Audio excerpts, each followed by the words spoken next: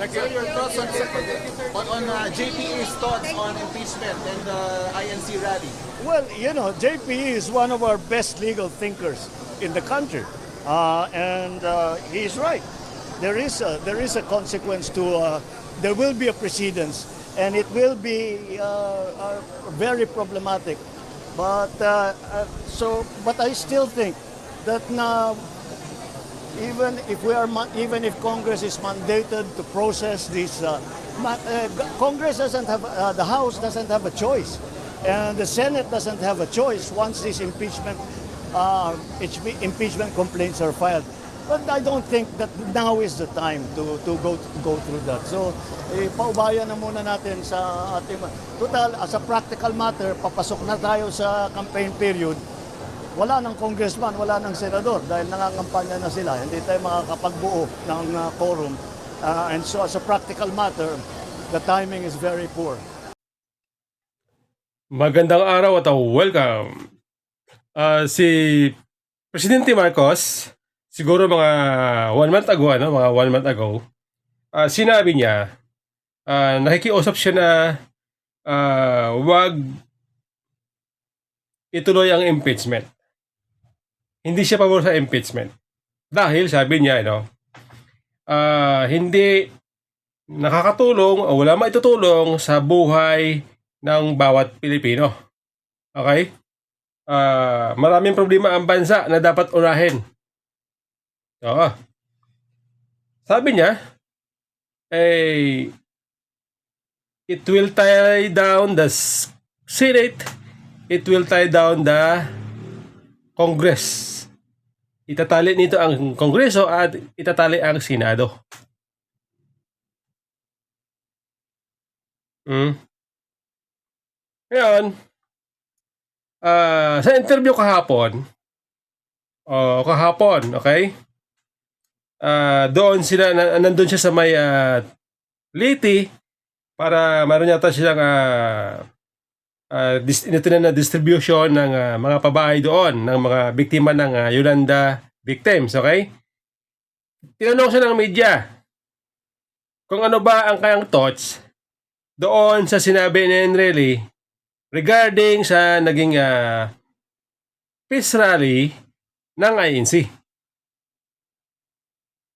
O sabi ni Bongbong Marcos, o sabi ni BBM, GPA is one of our best legal thinker. Okay? In the country. And he is right.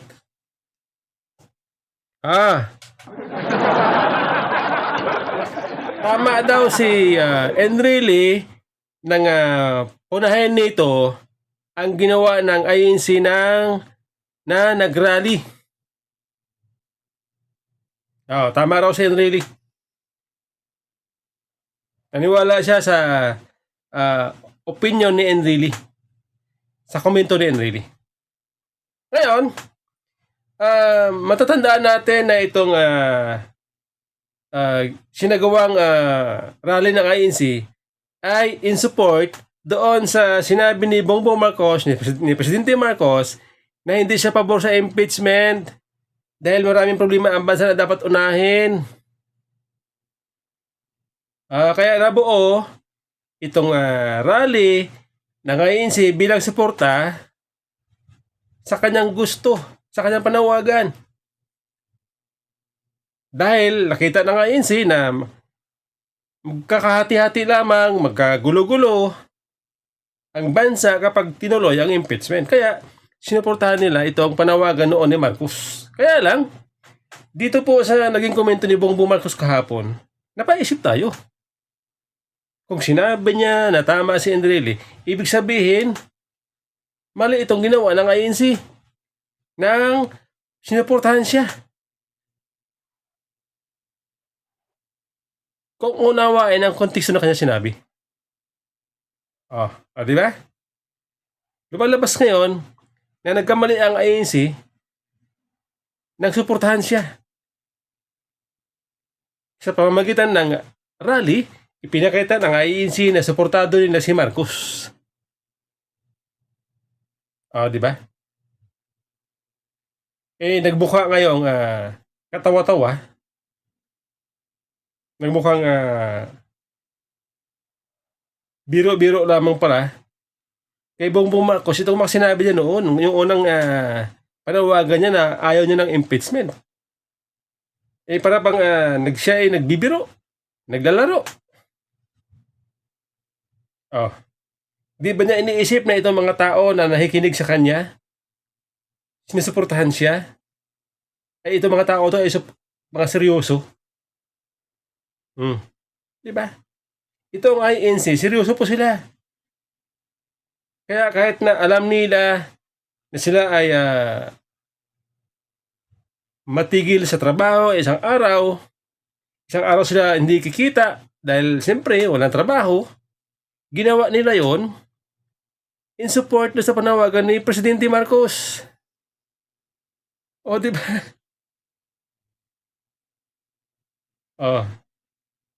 Ganun po lumalabas eh. Tama si Enrile.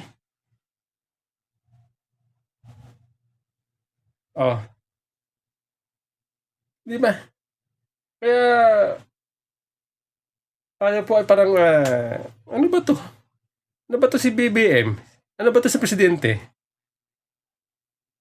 Walang paninindigan? Ang kanyang mismong opinion na galing mismo sa kanya?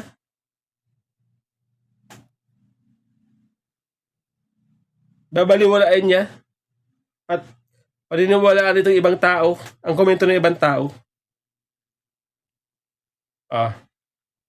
Mas maganda sana kung sinabi ni Presidente Marcos nung siya ay tinanong ng media kung anong thoughts niya sa opinion ni Enrile, dapat sinagot niya, may sariling pananaw si Enrile, respetuhin natin. Dapat ganun. Di ba? Dapat ganun ang sagot. Kaya tayo bilang taong bayan, tayo po nalilito kung ano ba ang tama para sa Pangulong Marcos. Ang bira ito. Ako po nalito eh. Di ba? Nanawagan ang INC. Magkaisa tayo. Gusto natin ng kapayapaan para sa bansa. Unahin natin ang kapakanan ng bansa.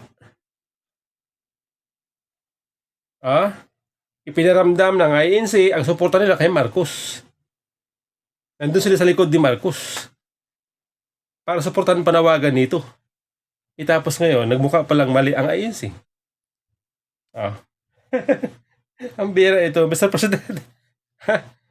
Para bang nawawala tayo sa ating sarili. Di ba? Parang nawawala tayo sa tamang direksyon kapag tayo ay nagsasalita, Mr. President. Di ba?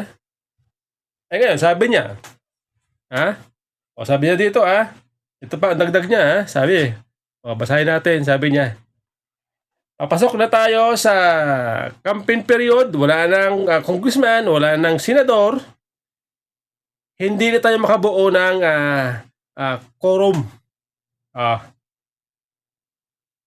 Sabi niya, hindi na tayo makabuo ng quorum.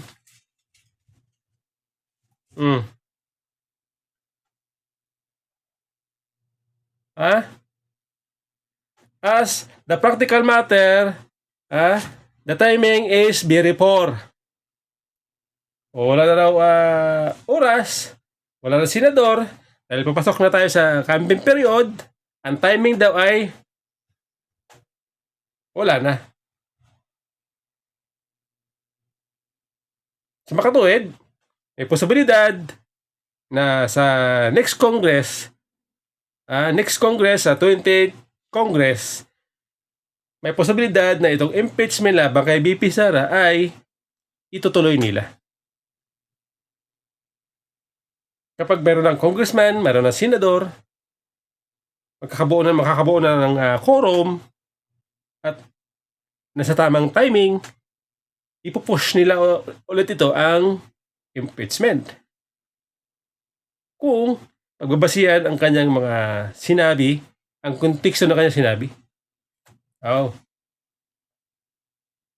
Mr. President, dirutsin mo na. Dirutsin mo na para kami ay hindi nalilito. Para alam namin kung ang gobyernong ito ba ay seryoso para ayusin ang problema ng bansa. Dapat dirutsin mo kami kasi kami nakikinig sa inyo eh. Pinakikinggan namin ang bawat salita na binibigkas ninyo. Dahil kayo ay Pangulo, ay gusto nyo ba ang taong bayan ay hindi na maniwala sa inyo kasi pabago-bago kayo? Hindi kayo seryoso? Gusto nyo ba kami ay pag sinabi nyo ayaw namin makinig? Hindi kami maniniwala? Ayaw namin pakinggan na sinasabi ninyo? Gusto nyo ba, Mr. President? Gusto nyo ba, Mr. President, ay ganoon ang magiging reaksyon namin? Kapag meron ko sinabi, meron ko yung i-announce, sasabihin namin, ay, sinungaling yan. Hindi yan seryoso. Ganun ba, Mr. President? Kasi Pangulo kayo eh. Bawat katagang sinasabi ninyo, binibigkas ng bibig ninyo, pinakikinggan namin. Kaya dapat kayo, Mr. President, maging seryoso kayo para sa kapakanan ng taong bayan. Diba? Itong impeachment, napakaseryoso nito eh. Dahil nakasalalay dito ang stability ng bansa. Nakasalalay ang stability ng bansa. Kapag mayroon pong political instability, epektado ang buhay ng bawat Pilipino kasi nga, siyempre, posibleng epektado ang ekonomiya, epektado ang yung investment ng mga negosyante. Kapag mayroong political instability sa bansa, kaya dapat kayo bilang Pangulo, kung ano ang iyong sinabi, yun na dapat eh. Di ba? Hindi yung pag mayroong sinabi ang ibang tao, ay tama siya. Doon tayo.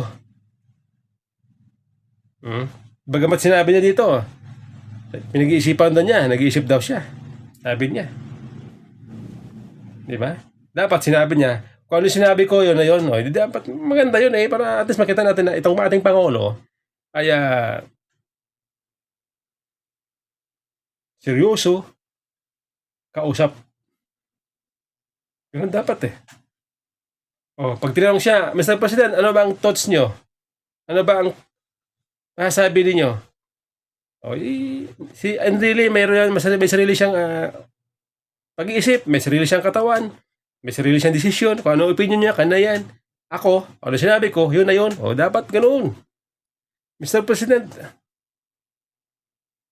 para kami mga taong bayan na hindi nagbumukhang iingkot, hindi kami nalilito, Mr. President. Kasi nalilito kami. Kung ano ba ang side nyo. Kasi ano kayo eh, parang pip-lapping. Alam mo yung pip-lapping?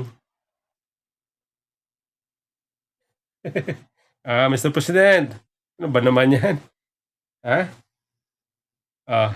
Ito po mga kababayan, itong si Leila de Lima ay masyado niya minaliit itong mga dumalo doon sa peace rally ng INC. Okay? Di ba sabi nga ang estimate crowd na umattend dyan sa Quirino Grandstand ay 1.5 to 1.8. Hindi kasama yung mga nagrally sa iba't ibang panig ng bansa. Sabi ni De Lima, ito ang video, pakinggan po ninyo mga kababayan na dinala nung rally na yon, which pegs it at, I think the crowd estimate, I don't know how accurate it was, the crowd estimate was between 1.5 to 1.8, at least yung nasa Quirino sa Luneta. Now, sinasabi nila na yung religious sect na yan, ang total membership nila is 2.8 million. And now, there was really a massive crowd. 1.5 to 1.8 is a massive crowd. Ganuman kadami yung mga nag-participate sa rally na yon. Out of the 2.8 million members of that religious sect, ay ang malinaw ay minority sila. Minority ang numero nila compared sa the rest of the Filipinos. And then minority rin yung posisyon na dinadala nila. Oh, ayan. Sabi ni Dilima, ito daw mga umaten sa rally ng INC ay minority lamang. Oo. Sinabi pa nga niya, estimated membro daw ng INC ay 2.5 million estimated.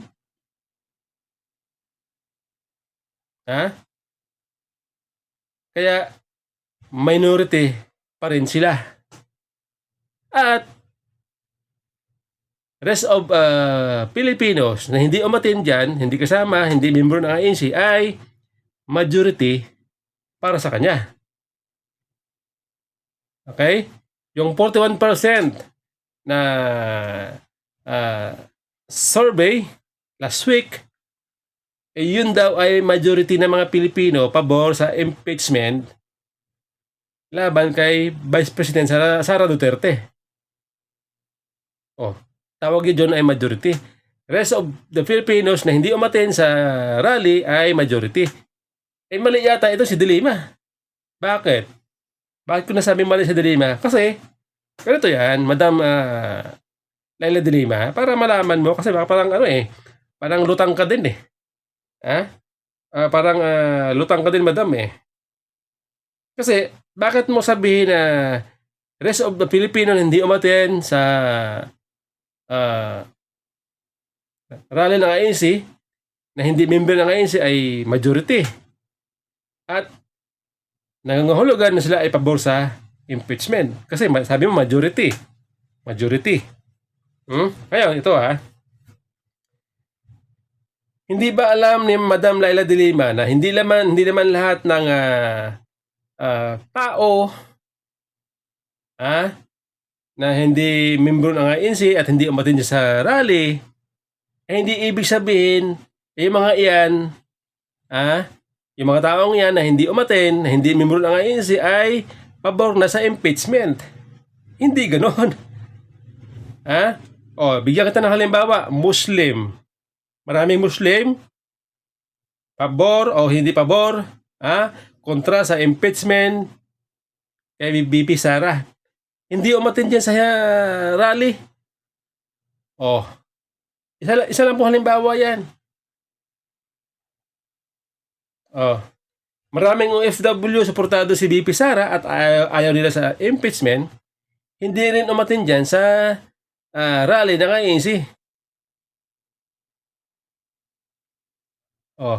Kasi sabi niya, rest of Filipino daw majority na. Maliban doon sa mga hindi umatin dyan sa rally ay majority na. Di ba? Hindi po, mali po kayo, Madam de Lima. Mali po kayo. Huwag yung sabihin majority na mga Pilipino na hindi umatin, hindi member ng ANC ay may pabor na sa impeachment. Mali po kayo. Maraming Pilipino na suportado si BP Sara ang hindi umatin niyan kahit hindi member ng ANC kasi may trabaho. May mga trabaho. Ako lang suportado ko si BP Sara. Pero gusto ko sanang umatin niya sa rally, kaya lang may trabaho ako. Kaya hindi ako nakaatin. Huwag mong sabihin na kasama ako sa majority. Majority mo.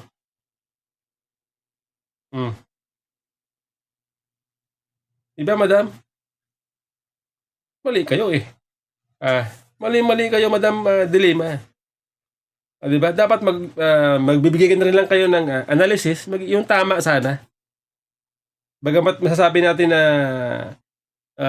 kayo ay bias, sana yung tama naman. Yung tamang analysis naman. Yung di yung paano kung halimbawa yung may mga tao na undecided doon sa survey, maniniwala na ba? Majority pala. Yung mga hindi nag-iisip ba? Di ba? Oh. Tingnan mo nga dyan, oh. Ano sila, narally sa HS Shrine. 2 araw na sila doon. Oh. Yung bang tao na doon, yung dami ng tao doon, masasabi ba na majority ba yon? Wala eh. Wala ka sa kalahati. Wala pa ka sa 1/4. Wala pa sa 1/8. Sa dami ng tao doon na dumalo sa rally ng INC sa Quirino Grandstand. Kumpara din sa rally nila sa HS Shrine. Nananawagan sila tanggalin si Sara, i-impeach si Sara. Oh, yan ba? Majority ba yan, Madam Dilema? Yan na lang eh. Yan na lang ang halimbawa. Kung sinasabi mo na majority kayo, majority ng Pilipino ay pabor sa impeachment, edi dapat napuno nyo, napaabot nyo ang hanggang Ortigas, hanggang dun sa may SM man lang, hanggang dun sa may mall dun sa may San Juan. Ano bang mall yun, ha? Hindi nyo nga napuno ang Ortigas eh. Oh. Kasi sasabihin nyo majority. Huwag ganoon. Magpakatotoo tayo, ha. Huwag. Ang bira ito. Huwag ganoon, madam. Hindi ka panipaniwala ang inyong sinasabi.